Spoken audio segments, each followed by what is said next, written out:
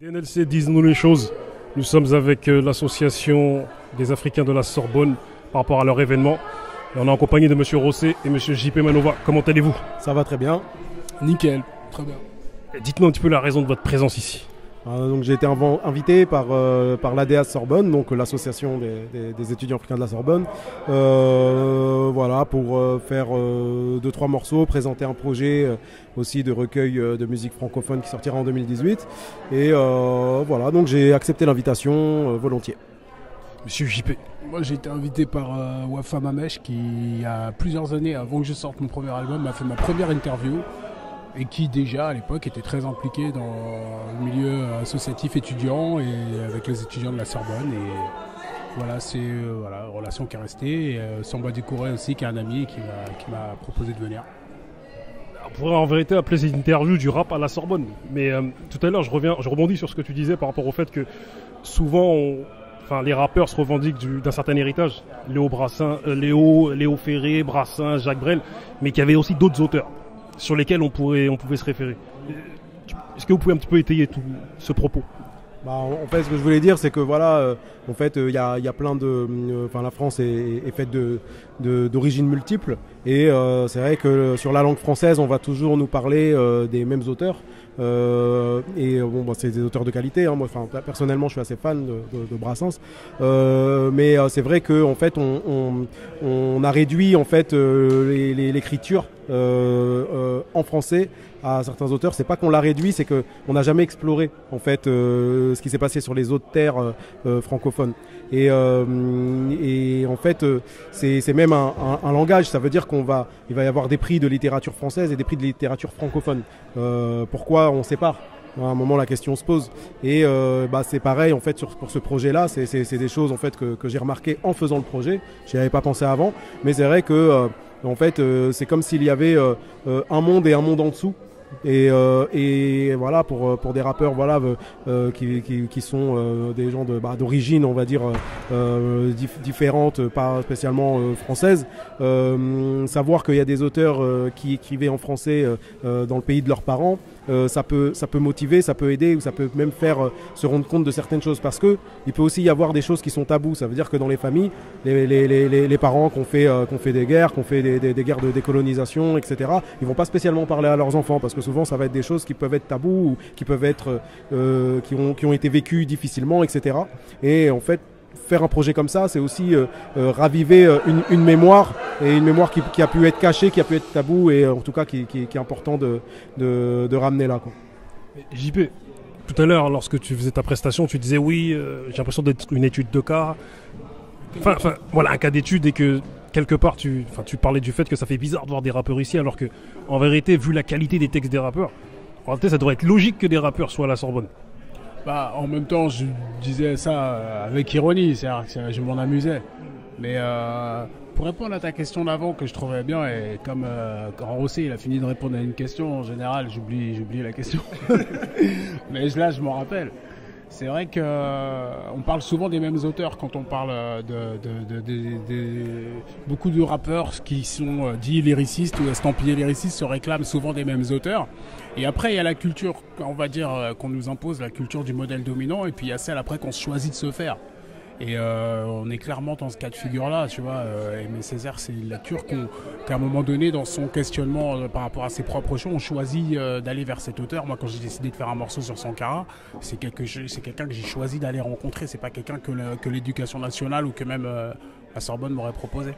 Donc après, moi, je trouve ça nickel, je suis mortel que des manifestations comme celle-ci qui soient, on va dire...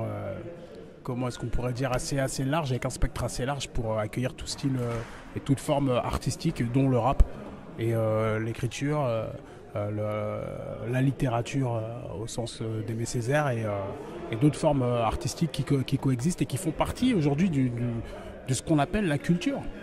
Il y a des gens qui vont vous dire, j'ai entendu une phrase d'un homme politique qui disait ouais, il ne faut pas que les jeunes de quartier soient en contact avec une culture qui leur soit adaptée. Et il faut qu'ils aient accès à la culture, à la grande culture. Mais c'est quoi la grande culture? C'est soit c'est de la culture, soit c'est pas de la culture. Donc on est en plein dedans.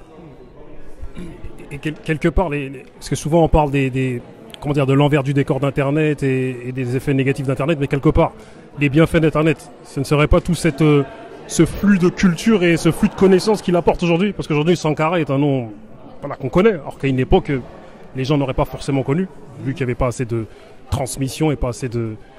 Qu'est-ce que vous en pensez ? Je pense que en tout cas le rôle que joue Internet dans la manière dont la culture circule et dont l'information circule, Internet après c'est un outil. Alors bien évidemment selon ton usage de l'outil, tu peux construire comme tu peux détruire. Tu vois, avec un marteau, avec une grue, c'est un objet aussi bien, voilà, un couteau, ça peut servir à couper la viande pour un enfant, ça peut servir à tuer quelqu'un. Et voilà, et après, moi je pense que voilà, Internet joue un rôle très intéressant et très important dans la vitesse et la rapidité avec laquelle une information se diffuse aujourd'hui et peut se propager. Et ça permet même à des, en tout cas, sans aborder l'aspect business et tout ça, mais ça permet même à des rappeurs comme nous qui ne sommes pas spécialement marketés par des majors de nous faire connaître et de nous affranchir justement des moyens de consommation qui existaient avant le net et des moyens de promotion qui existaient avant ça. Après donc moi je ferai pas vas-y Rossé, peut-être il a un truc à dire. je le sens, j'ai vu sa tête, j'ai dit non, j'ai des choses à rajouter là. Ah, non, mais il a tout dit. Hein. C'est vrai que Internet c'est un outil, voilà.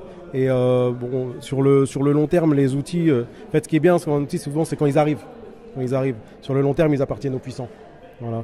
Donc il y a les mêmes inégalités qu'on peut y trouver que dans le vrai monde. Non, bah oui, voilà, Internet c'est un outil. Donc après, on met sur un outil, voilà, tout ce qu'on a. Et aujourd'hui, avec l'âge qu'a Internet, on trouve de tout. Et puis c'est en fonction de chacun. Voilà. Qu'est-ce que... Excuse-moi, l'interview là, elle sera sur Internet. Oui, c'est ça. Bon, bah ok, c'est dit. Et qu'est-ce qu'on peut vous souhaiter pour la suite des événements ? Bien sûr, on sait que tu es un ancien rappeur de Grande Bande, parce que je m'en souviens, à Viry-Châtillon avec Ando, qui est un de mes grands. Yes. Donc je me souviens du passé. Okay. Et voilà, et toi JP, voilà, je le passerai, il est en Chine maintenant. Ouais, je sais. Il fait des allers-retours, tout ça. Donc qu'est-ce qu'on peut vous souhaiter pour la suite des événements à JP et à Rossé, à vous deux ? Bah vas-y. Hein. De gagner, en tout cas de perdurer le plus longtemps dans le vaste combat contre la débilité, contre la machine à rendre débile, qui est de plus en plus puissante et qui a de plus en plus de facteurs et de plus en plus de participants et de gens prêts à agresser son moteur. Et voilà quoi, de perdurer, d'arriver à quand même trouver des bonnes volontés, des gens de bonne volonté pour combattre cette machine et arriver à exister, perdurer et continuer d'injecter du sens le plus longtemps possible dans le paysage. Bah pareil, hein, moi je m'épanouis dans ce game, comme on dit. Autre chose. Comme on dit, je m'épanouis moi dans ce game et puis continuer à m'épanouir, à me poser des questions et du coup à faire que les gens s'en posent aussi, tous les gens que je touche, voilà, qui continuent aussi à s'épanouir avec ça. Merci à vous. Merci à toi. À la prochaine. À la prochaine.